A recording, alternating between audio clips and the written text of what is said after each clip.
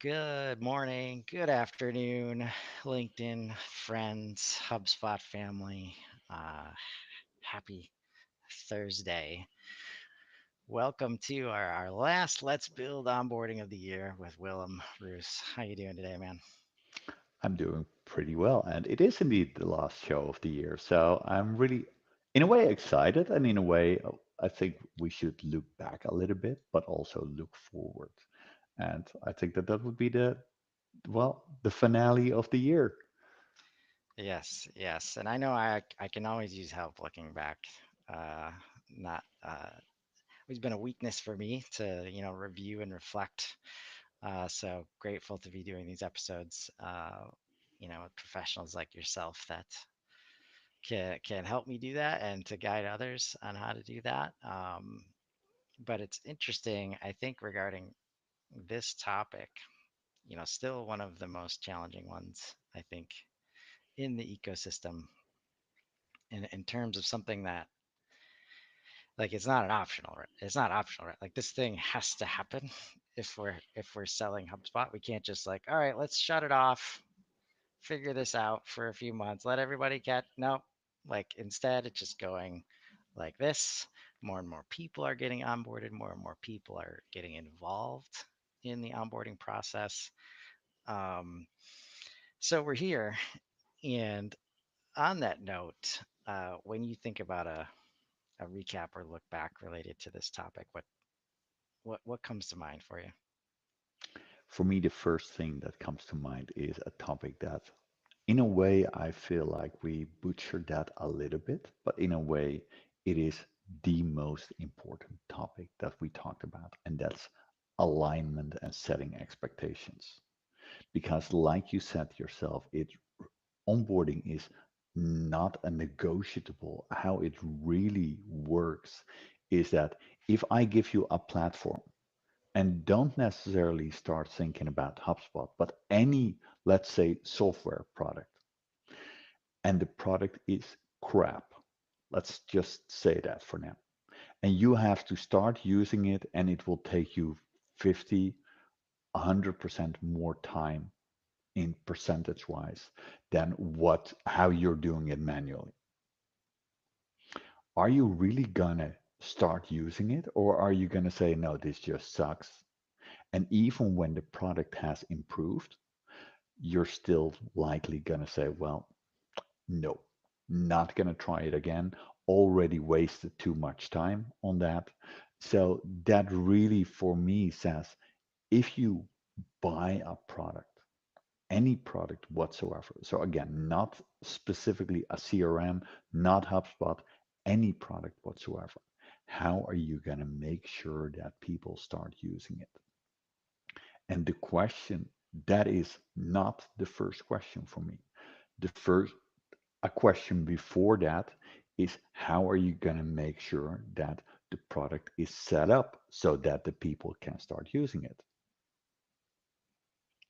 Yes. And if we're going to go one before that,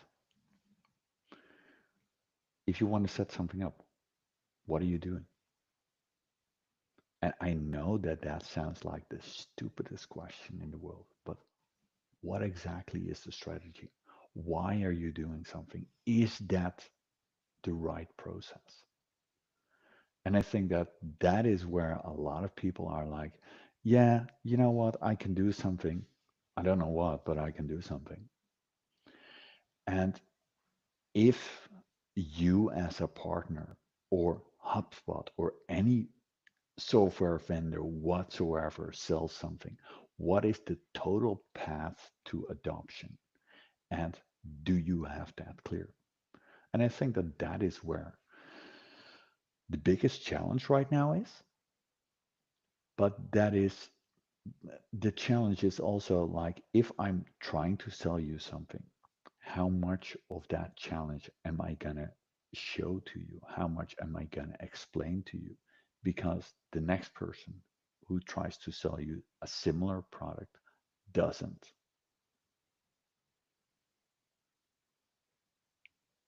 Yeah. I it's continued all the times we talk about it, and we've talked about this before, how we always come back, like, no matter what we're talking about, you put our transcript in the AI summary, and it thinks we're talking about setting expectations every single time. Because we Yep, are, like, that's at I the heart know. of this.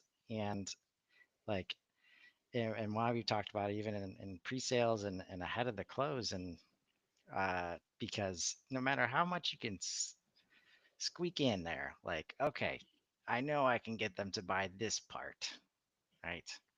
uh, or I know I can get it within this budget range, so now this person doesn't have to ask their boss, or they can buy it themselves, and they now it's on them to get it done, in the organization.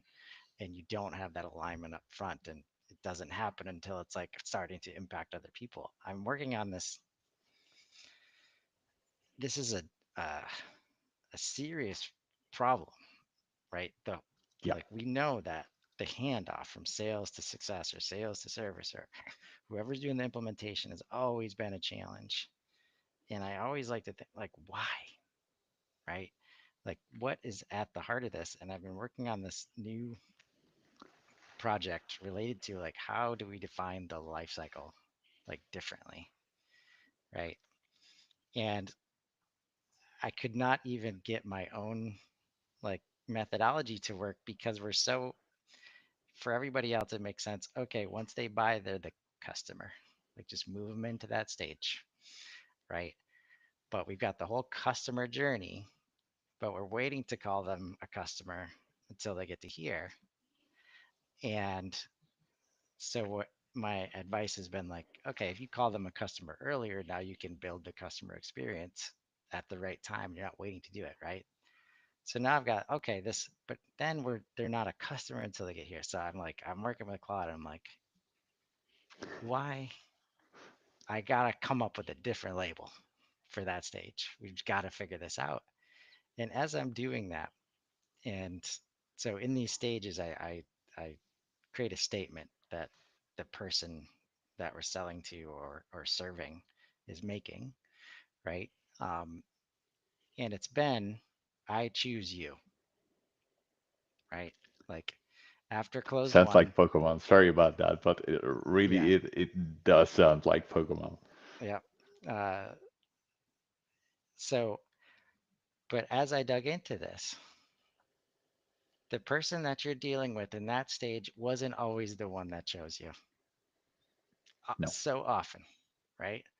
So then I'm thinking, like, okay, now there's multiple people, right, that you got to be. And I broke it down to leader, manager, and individual contributor. Like, that's the alignment.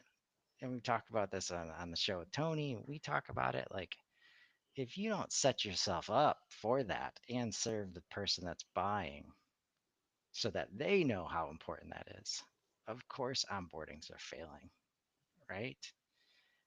It's just so important, like, alignment, expectations, like you say. So these talking about it week in, week out with you has been so helpful to really, you know, we don't always figure it out in the moment, right? But the more we say these things out loud, the more we talk about it, when it does come up again, it's like, oh yeah, maybe, like, Willem used this different word, like, okay. Uh, and so it's been very helpful in trying to solve these are long-standing issues that we're talking about, right? but you do mention something that is very, very true. Who basically made the decision to purchase the product and who is responsible also for the implementation. So let's just for now say that the product is HubSpot, and I'm going to be more specific. It's Marketing Hub for the marketeers. Somebody in the C level decided to purchase HubSpot, and the marketing manager really wanted a different product. And they will go through whatever length to try to kind of show that HubSpot is the wrong product. How big of a chance is there that the marketing manager will be successful in basically blocking all the progress and that sort of thing. So there should be a buy-in from the top down, but it should also be really bottoms up, and that is what we also talked about. But for me, that kind of shows like uh, the process, the the platform or the product and the people. You need to have buy-in from all three. But in order, if you think about onboarding, how do you set something up? You won't get the people in until the product is set up correctly. You can only set up the product if you know the process.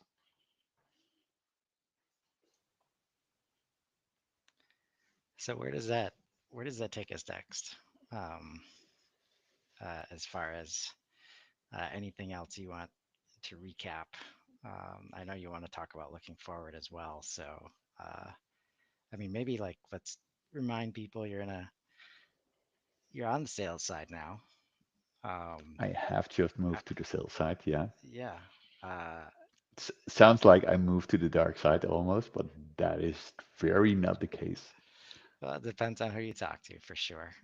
Which side's light, and which side's dark. And the fact is, we're all on the same side, so we shouldn't even be suggesting that framing. Um, but yeah, how is it like? Are you um, is it bringing insights as to how we might be able to solve, for these challenges? For me, if I look at the challenge that I see, it's first of all, what is onboarding? That is still for me the biggest question out there. That doesn't mean that you and I don't know it, but in a way, I can also say we don't know it because it depends on who you talk to. Is onboarding setting up the system? Is it training the users? Is it coming up with the strategy that is needed to set up the system? And that is why I really, right now, like to think of it as platform onboarding and user onboarding, as in two separate things that we should look at. And for the user onboarding, I'm going to take that a little bit light. And we talked about what HubSpot rolled out, which is basically a fairly light but also inexpensive way to onboard new users to the platform. But that doesn't set up the platform. And I think that for next year, we should really focus a lot more on maybe even per hub. How do you onboard your company? So not the persons, but the company in the platform. And how do you make best use and the most use of the platform? And how does that generate the highest ROI for you? Yeah. And what are we usually skipping over when we try these quick starts and these quick wins and we start checking boxes and let's just get up and running as soon as possible? Process. Are we ever going to Because learn our lesson? no, I don't think that indeed we will ever learn. And that is the most important bit. It's the same for me. And I'm going to make a really lame comparison right now. But it's the same for me if I ask you to create me a report and you ask me what should be in the report. And I'm like, yeah, give me something with deals and date. And you generate a report for me. You create a report from scratch with something with deals and something with a date. How big is the chance that that report is exactly what I was looking for? I'm going to say just about zero. Because if I come up with a statement like that, I haven't put thought in it, likely. Otherwise, I would have been more specific towards you. You're going to create the most logical report that I would want. But if I wanted the most logical report, I would have specified that because I would have thought logical. But instead, I was like, yeah, well, just give me something and I don't know. And if you think about process, As a customer success manager, what I did ask a number of customers, quite a number, is can you show me the process that you have in a lucid chart, a Miro board, something like that? How many could? How many could? Two.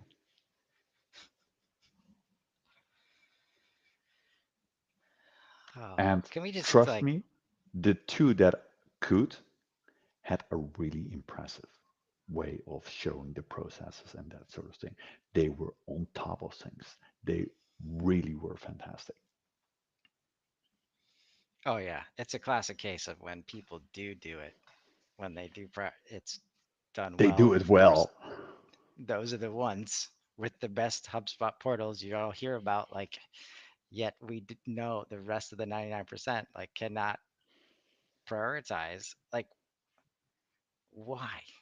Like, why doesn't anybody take that part seriously? Yeah, but it's the same. And keep in mind, we are talking about onboarding, but I think that onboarding touches everything. If I ask you, okay, set me up the deal stages, and you ask me, okay, what are the exit and entry criteria? And I'm gonna, yeah, butcher this again a little bit, and I'm gonna say exit and entry criteria kind of are the same, but you should know exactly when a deal can progress, what should be in there. How many customers really think about that? Should I or shouldn't I automate uh, progressing the deal stages? And that is not a question to you right now. Keep that in mind. But you can see the pros and the cons of doing that. You can say, well, if certain criteria are met, they can automatically progress. Maybe we should have that as a criteria, saying, no, you can't manually progress until those criteria are met. What is most important for me is not if you do something like that, but that you've thought about it, that you have a process, that you can say, no, look, Lucid chart, Miro board, this is how we're going to do it. And this is the reason why. Yeah. I mean, that's the easiest thing for people to jump to, especially when buying something like HubSpot, is the automation part.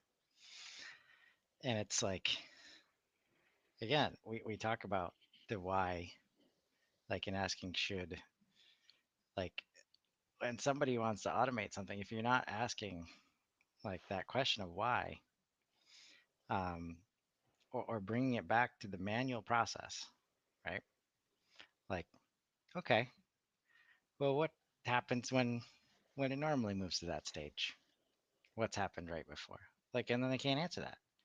It's like, well, I guess we're gonna have a hard time automating it, or we're gonna automate it based on what you're telling me right now, and then nobody else on the team is gonna understand why their shit's all in a new stage now, like when they weren't ready for it. So, like with the association labels specifically, like everybody was just, oh, I'm not gonna get into workflows because we gotta automate it. It's just it's so hard, and it's like I don't want to automate this relationship label so that the sales guy doesn't have to think about it. I want him to think about that part and make sure that part is right more than any other part of the process sometimes. Exactly. So let's get it right manually first. Let's think through the process and then build it into the product.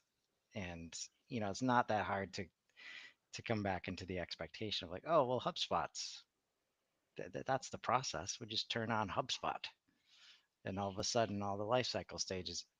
It's like, no, it doesn't work like that, folks.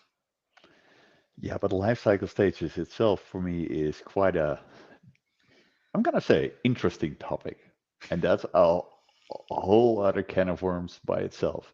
But for me, it really is like, okay, let's just say for now that I'm a company and I haven't thought about any process whatsoever. I don't have a RevOps department, and I can get a partner in that will not start with HubSpot, but will start with understanding the business processes, documenting everything, and why not even create the Miro boards? And that partner charges a certain amount. Let's just for now say, because they have to rethink the entire business and that sort of thing, let's for now say that they charge 30K. And then I'm the CFO, and I'm like, that's a lot of money. I'm not asking about the ROI right now. I'm just seeing that's a lot of money. How about I get somebody in who can do it for less? And I'm going to ask, let's say, 10 HubSpot partners. And I'm even keeping it at HubSpot partners. Okay, what's the cheapest onboarding that you can do? Yeah, you kind of get where I'm going. So, what exactly is onboarding? And if I pay that, let's for now say the cheapest one is 2K. And keep in mind, this is not about accuracy. It's just shouting out a number. Will I get the same ROI? Maybe, likely not.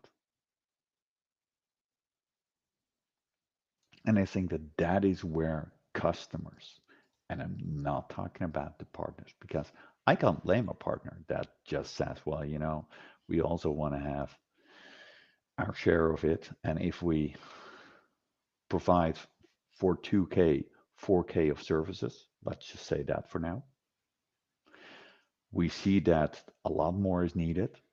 So we're going to make up the lost 2K in the rest that we need to do. There's also some truth in there. But let's just say that the customer just spends the 2K, doesn't spend any additional cost whatsoever. How big is of the chance is that they are one of the 50% of the customers that fails with a CRM implementation? And what is the cost of that? And I think that at the end of the day, you as a customer own that process and you have the responsibility. Yeah. And if you're the champion trying to push this thing through, again, we talk about like, got to depend on your leadership to resource the thing properly. And when they're so focused on cost in this moment, but also Yeah, we're buying this thing because we want to grow millions. Like this thing is supposed to help us grow by millions of dollars, and we think 30K is too much, right? And we're not even like at least ask one time, like try to connect those dots, because sometimes, especially the CFOs, the financial, you know, team, some they're just out of context because they are taking it. They had some expectation of how much it was going to cost, and this number they were not ready for, so they get irrational real quick, and it's like, yeah, oh, maybe we should not, maybe we should look somewhere else. And now we're in just having a total different conversation. That's why I always say, like, if we're having the budget conversation in the thousands of dollars, right? With HubSpot, we're not in a great place, because usually companies are trying to grow by millions when they're purchasing HubSpot. Even at the smaller sizes, it might be 1 to 2 million or 1 to 5 or something like that. It's still like hundreds of dollars, thousands of dollars per month to grow millions. What are we doing talking about budget, right? So if you can connect those dots for people, again, it comes back to the goal. Are we really getting HubSpot to grow by millions? Okay, let's pay for onboarding then. Let's get trained. Let's build it for us so that we can grow millions, right? Let's get experts to do that because we've never done it before, right? Or let's hire somebody in that's done it. There's so many different ways, and it comes back to resourcing. the product properly, in this case, right? Yeah, but one of the questions that I'm still gonna ask any partner is how much of the responsibility is really with the customer and how much of the responsibility is also with the partner. And keep in mind that this is not to throw anybody under the bus, but if as a partner, if I'm a partner and I give you a quote of 30K, and I'm gonna basically realize when I provide you that quote that maybe you also have a quote of 2K. How am I gonna structure my quote? What if I would give you a kind of like menu? This is what is inside, or you could say the ingredients. That way, if you're the CFO, then you're going to look at that quote of 2K, then you're going to look at the quote of 30K, and then you're going to say, hmm, now who is going to do all that? And yeah, there are challenges there, and there are strategic decisions that also the partners must make. But a lot of the responsibility and end responsibility is with the customer, of course. Yeah, and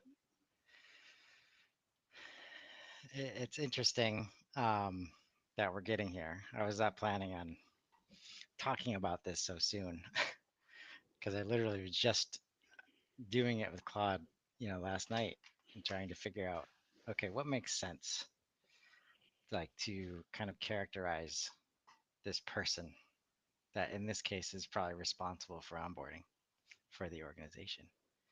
Like, and we came to the term value creator for this stage.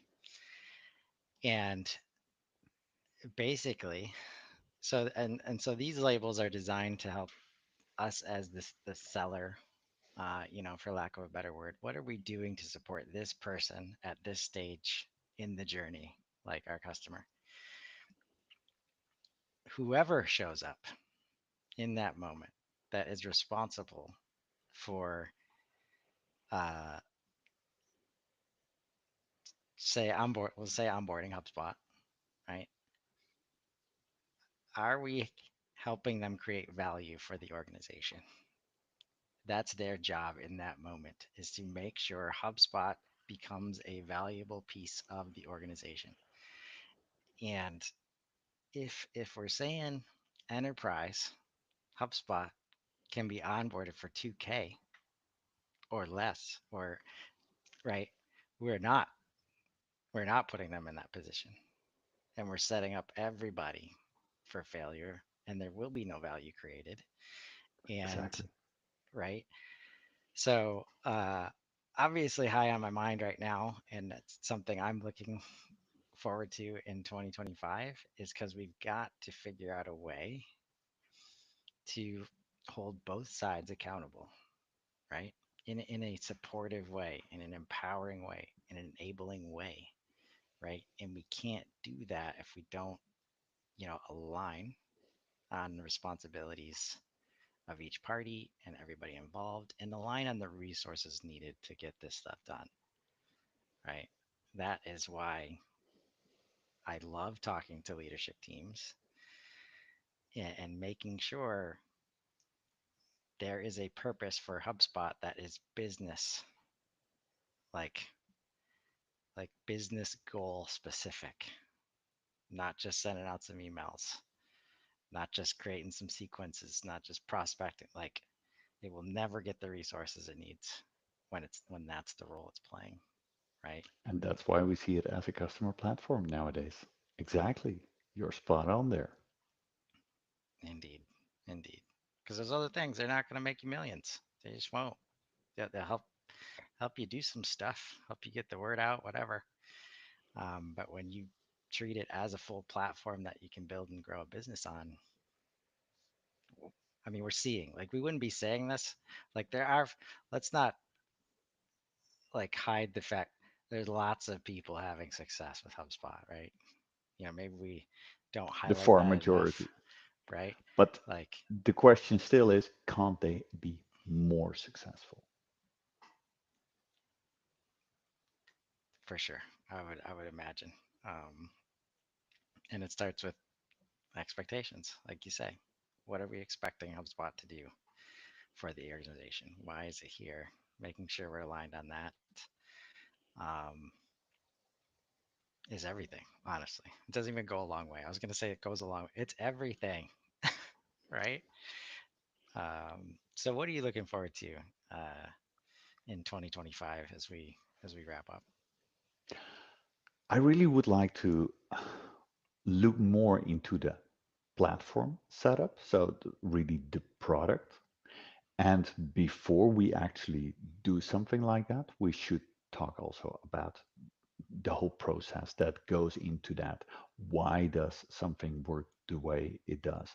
And yeah, my thoughts right now, and we're still going to discuss this, so I shouldn't say this out loud, but it's like, shouldn't we do that more per hub for now? More what? Per hub, so that we're going to say, you know what, in January, we may start with the marketing bit. Mm. Maybe, maybe not. Yeah, we'll discuss for sure. Because I do think, like, we're on the same. We want to solve a similar challenge in that people just aren't aware of the full platform capabilities of HubSpot right now and how we help them become aware. I think a lot of people are going to be working on in 2025. Um, I've been coming at it from the data model side, which has been very interesting, and Yeah. I'll definitely share some insights as I work with Claude and say like, yeah, should we start talking about the hubs at some point, maybe? Like, so it's an interesting challenge. It's a fun challenge for us nerds to think about, and you know, Yeah, but we shouldn't just think about one hub. We should look at it with a holistic view. But we should also, you know, if you divide things per hub, then you shouldn't look at it from a product perspective, but from a goal perspective, in my view. And that way, what is the goal of marketing? Are deals important for marketing? If you ask me, oh, absolutely. How else are you going to measure your ROI? But still, you got to start somewhere. yeah, yeah. Well, I'm excited to continuing, this journey with you. I appreciate you showing up every week to help, you know, at least talk about this challenging topic, in a meaningful way. We've gotten a lot of good feedback, um, and uh, so thank you, man. Thank you for a great 2024. Yeah, and thank you very much. You've been a wonderful host as well. And I think that we've provided a ton of value. I think so too. I think so too. My pleasure. And as we maybe as you disconnect, for the holidays, and you start thinking about uh, some challenges, or maybe you're getting a new hub, you just updated the contract, whatever it is, there's probably some changes, you know, going into 2025 that you need to manage, whether you're new or you've had HubSpot forever. Onboarding is still gonna show up um, on your desk, something to manage, and just take a second look, like find those opportunities, and let's grow. Have a great day, everybody.